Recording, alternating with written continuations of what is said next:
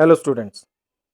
Today in this video we are going to discuss the first chapter of Business Studies of class 11th, Business, Trade and Commerce. Today in this video we will discuss the topic commerce.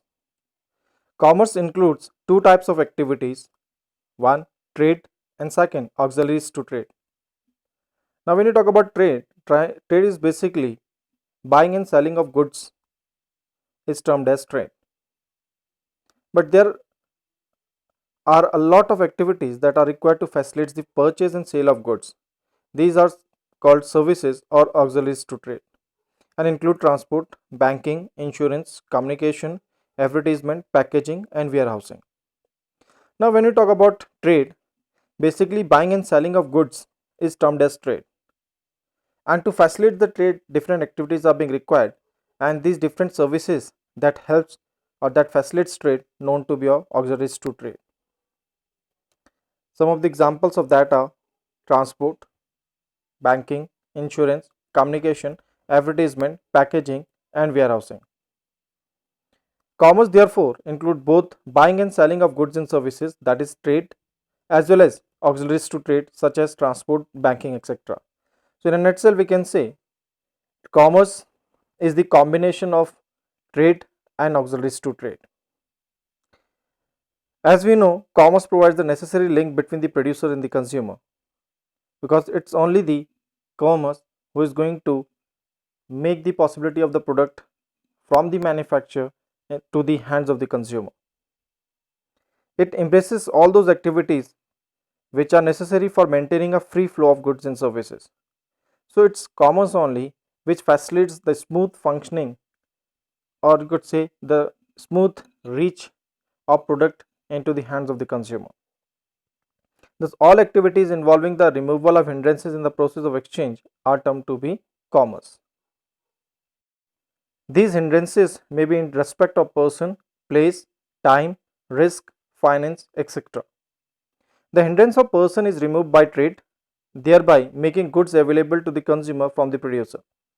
Now when you talk about different kinds of hindrance, now first we will talk about the hindrance of person. Clear? So the hindrance of person is removed by trade, thereby making goods available to the consumer from the producer. Transport removes the hindrance of place by moving goods from the place of production to the markets for sale. Now when you talk about transport, transport helps to remove the hindrance of place by moving the goods from the place of production, means the point where the production takes place and finally where the goods are to be sold. So transport removes the hindrance of place. Storage and warehousing activities remove the hindrance of time by facilitating holding of stocks of goods to be sold as and when required. As we know, there is a time gap between the production and the consumption of the goods. Till such time, these goods are to be stored in a safe manner or in a scientific condition so that you can maintain the quality and the originality of the goods. So this hindrance of time will be removed by storage or and warehousing. Goods held in stock as well as goods in course of transport are subject to the risk of loss or damage due to theft, fire, accident, etc. Protection against these risks is provided by insurance of goods. As we know, when production take place in bulk, the same is not being consumed the same day. So you need to get it stored in some of the godowns or the warehouses. But keeping those goods in those warehouses and in godowns, clear, is subject to different kinds of risk, like the goods may be destroyed by fire, the goods may be destroyed by theft or by any of the accident. So you need protection against these kind of losses that may occur there, or you could say you need the protection against the risk subjected to the goods.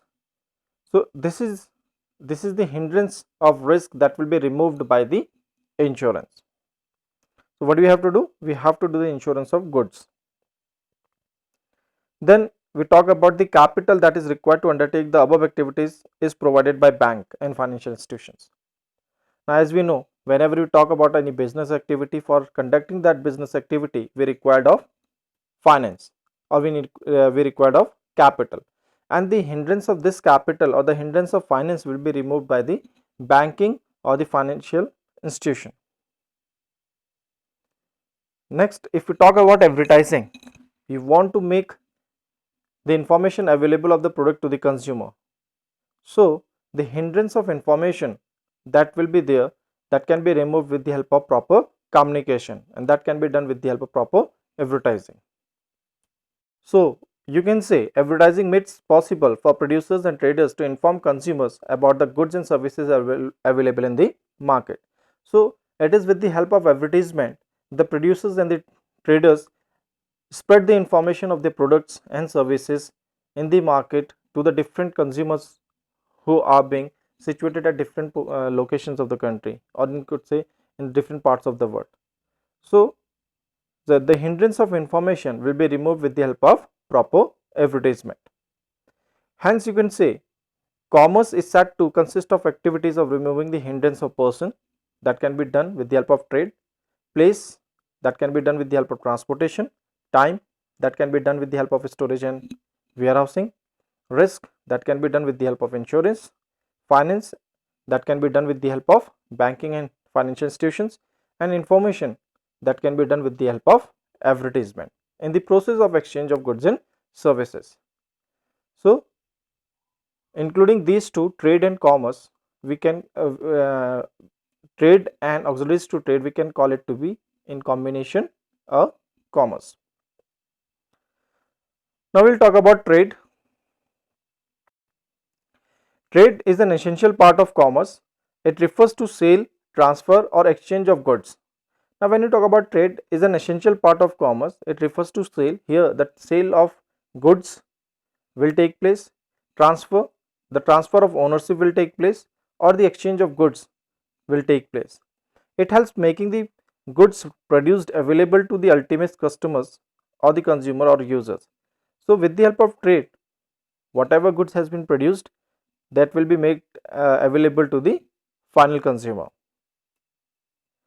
These days goods are produced on large scale, and it is difficult for producers to themselves reach individuals buyer for sale of their products. Businessmen are engaged in trading activities as middlemen to make the goods available to the consumer in different markets. As we know that the goods are being produced in bulk, so it's not possible for the manufacturer to directly reach to the consumer. So he takes the assistance of the middlemen to make the distribution of goods and services in the market. And in the absence of trade, it would not be possible to undertake production activities on large scale. And if we talk about the absence of trade, it will not be possible to make the production of goods and services in bulk. So to make the production in bulk, you require a proper trade. Trade may be classified into two broad categories. Yes, your trade can be classified into two broad categories. One is internal and the external. Now when you talk about internal trade, as the name suggests, internal means when the trade activities or the trade is concerned within the buying and selling of goods and services within the geographical boundaries of a country, clear, that can be called to be a internal trade. Or in itself you can say trade within the boundaries of the country will be known to be a internal trade, or the trade between the different states of the same country will known to be a internal trade. Further, this internal trade can be classified into wholesale trade and retail trade. Now when you talk about wholesale trade means when the goods are purchased and sold in bulk, that is known to be wholesale trade. So whenever bulk quantity will be purchased and sold, it will be known to be a wholesale trade. Means when the transaction will take place between the manufacturer and the wholesaler, that will be known to be a wholesale trade. When goods are purchased and sold in comparatively smaller quantities, it is referred to as retail trade. Now when the goods are purchased and sold in comparatively smaller units, means here the transaction will take place in smaller units, that will be known to be a retail trade. And basically when you talk about retail trade, here the transaction will take place between the retailer and the consumer. External or foreign trade consists of the exchange of goods and services between person or organization operating in two or more countries. Now, if we talk about external trade basically take place between two different nations. Here, the people of two different nations will be engaged, and the trade will take place between these two different citizens of the different nations. If goods are purchased from the another country, it is called import trade. If you purchase the goods from you could say another country, clear, that will be called import trade, means purchasing goods from the another country. If you sold goods to the other country, then it will call to be your export trade, means like if you sell your products to America from India, for India it will be export and for America it will be import. When goods are imported for export to other countries, it is known as intraport trade. Now when you talk about you purchase goods, like in you are you are Indian, you purchase goods from America, but the same has been exported by you to another country, then that trade will be called to be your intraport. So whenever goods are imported for export to other countries, that kind of trade is known to be your intraport trade. Like you purchase from America and you sold the same to the another country, or you have purchased or you have imported the goods for the purpose of export to another country, then that kind of trade will be known to be your intraport trade. Now we'll discuss about the auxiliaries to trade. Already a little bit of it has been covered. Now activities which are meant for assisting trade are known as auxiliaries to trade. So whatever activities that will be there that going to assist your trade will be known to be your auxiliaries to trade, and these activities are generally referred to as services because these are in nature of facilitating the activities relating to industry and trade. And basically when you talk about auxiliaries to trade, they are basically referred to as services. Here services will be provided or the activities will be conducted in such a way that it's going to facilitate trade and industry, like transport, banking, insurance, warehousing and advertising are regarded as auxiliaries to trade. Or you could say auxiliaries to trade consist of all those activities which are playing a supportive role to the industry and trade.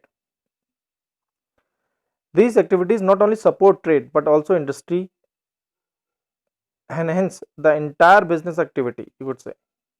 So whenever we talk about the auxiliaries to trade, it's not only going to facilitate or it's not going to help out the trade only, it's going to facilitate trade, industry, and in a nutshell you can say to all entire business activities.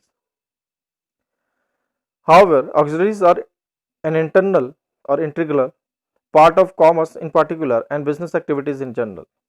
These activities help in removing various hindrances which arise in connection with the production and distribution of goods. As we have already studied, the transport facilitates the movement of goods from one place to the another. If you want to make the movement of goods from one place or basically from the point of production, clear, to the point of ultimate sale, then it can be done with the help of proper transportation. So it helps in a nutshell you can say transport facilitates movement of goods from one place to the another. The same way if we talk about banking, banking is going to provide financial assistance to the trader. As we know, none of the business activity can be conducted without finance or without capital. So whenever you face any problem regarding finance, that can be supported with the help of banking facilities. As we all know, there is one element of business, that is the element of risk. So insurance is going to cover the various kinds of business risk.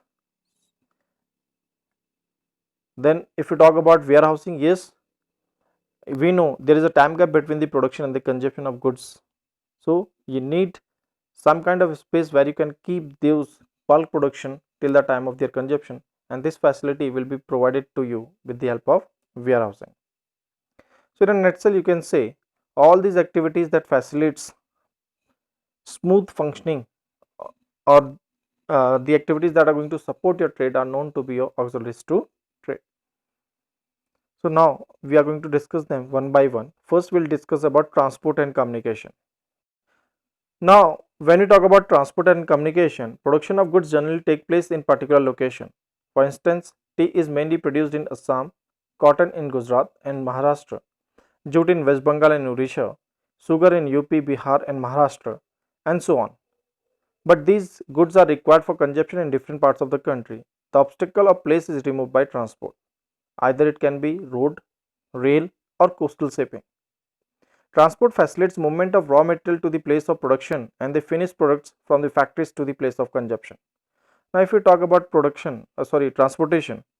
So as we know, the production take place at one particular place, but the requirement of the same product is in the different parts of the country. So with the help of transport, the physical movement of goods will take place from the point of production to the point of ultimate consumption.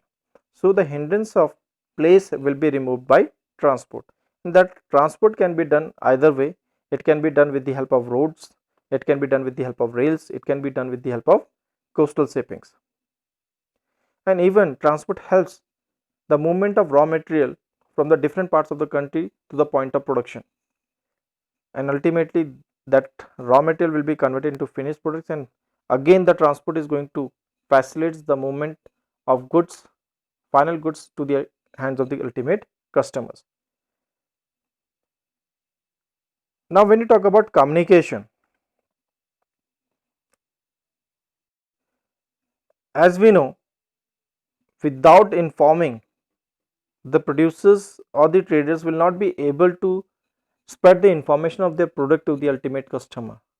So to make the information available to the different customers in the different parts of the nation or different parts of the world, you need to inform them.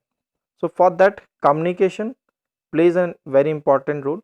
So you can say in communication, it going to facilitates the producers, traders and the consumers to exchange the information with one another.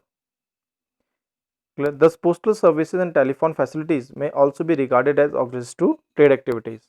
So, with the help of this only, like if we talk about postal services, clear, the information can be spread from the consumer to the producer or from the producer to the consumer. The same way with the telephonic conversation, even the information can be spread. It can be done with the help of internet, it can be done with the help of television, it can be done with the help of any electronic media.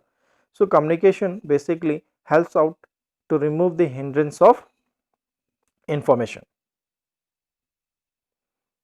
and without communication it will not be possible for the producers to reach the consumer, and the same way the consumer will not be able to reach to the producer. So communication must take place between these two entities, then only the transaction will take place, and when this transaction will take place, then only it's going to facilitate your trade. Now second, if we talk about banking and finance. Now when we talk about any business activity, as we know, for any kind of business activity required of finance. Without finance, it will not be possible for you to conduct any kind of business activities, because as we know, different expenses are there in day-to-day activities of the business, long expenditures are there in the business. So to meet out all those business financial requirements, you required the assistance of banking facilities. Thus, banking helps business activities to overcome the problem of finance. So, with the help of banking, you can overcome the problem of your finance. Commercial banks generally lend money by providing overdraft and cash credit facilities, loans and advances. As we know, the businessman can ask for overdraft, means he can withdraw money more than his account or that he has in his account. Then commercial banks used to give the facility of cash credit. Even the businessmen used to have cash credit facility with the help of banks, loans and advances. Even banks also undertakes collection of checks, remittance of funds to different places and discounting of bills on behalf of the traders. So these are the different facilities that are being provided by the banks to the traders. Then if we talk about foreign trade, payments are arranged by commercial banks on behalf of importers and exporters. That can be done like with the help of letter of credits. So even while importing and exporting also, clear, your banks support the traders. Commercial banks also helps promoters of companies to raise capital from the public. Even at the time of promotion of the company, these banks plays a very important role. They work as a merchant bankers, clear. They help out the companies to sell out their securities in the market. So different types of supports these banking institutions used to provide to the business houses. Now we'll talk about insurance. As we know, various kind of risks are associated with the business, like factory building, machine, furniture, etc. must be protected against fire, theft and other risks. Material and goods held in the stocks or in transit are subject to risk of loss or damage. Employees also required to be protected against the risk of accident and occupational hazards. Insurance provides protection in all such cases. On payment of a nominal premium, the amount of loss or damage and compensation for injury, if any, can be recovered from the insurance company. Now, as we know, the element of risk is always there with the business in terms of theft, fire, losses you could say, just because of fire, theft and associated risk. Even the employees are also subject to risk of accident or occupational hazards. So by paying a nominal premium to the insurance company, you can get your company insured, and at the time of any kind of mishappening to with the business, the insurance company is going to bear the risk of the company or the loss of the company. So the element of risk can be removed with the help of insurance, and to get the insurance you have to pay in consideration, clear, because they are going to protect you against the risk, and for the same you have to pay a amount to them on a regular basis, clear.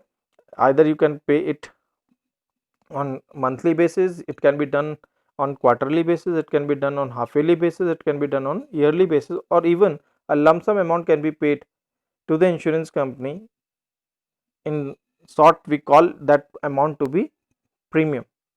So uh, on getting that premium, the insurance company is going to get the support to you at the time of your loss. Then we talk about warehousing. Usually when we talk about goods that are being produced, they are not being consumed immediately, because after production it's not possible for the trader or for the manufacturer to sold the goods immediately. So you need to hold those goods or those stocks under scientific conditions, so that the originality of the could say the original features of the product can be maintained. So such kind of facilities will be provided by your warehouses. So under warehouses, clear, the problem of storage and facility is the availability of goods whenever they are being needed. Because like for example, if you have done your production in the month of April, clear, but you know that your products are going to be demanded at the time of rainy season. So till such time you have to store those goods, clear, under scientific conditions, so that you can maintain the originality of your product. And when the rainy season will come, you will dispatch the same to the markets. So till such time your warehouses are going to provide you the facility to keep your goods under them, clear. So you can remove the hindrance of time with the help of proper warehousing, and even you can stabilize the price with the help of your warehouses. How? Like the production of wheat does not take place throughout the year, but it is being required throughout the year. So by keeping the bulk production in the warehouses, clear, you maintain the supply of the wheat throughout the year, and with the help of that proper supply throughout the year, you maintain the prices of the wheat all over the country. So even your warehouses helps to stabilize the prices of the products which are not available throughout the which cannot be produced throughout the year. So you can keep them under scientific conditions, and whenever they are being required, you can dispatch them from the warehouses whenever they are being required in the market. Now fifth, we talk about advertisement.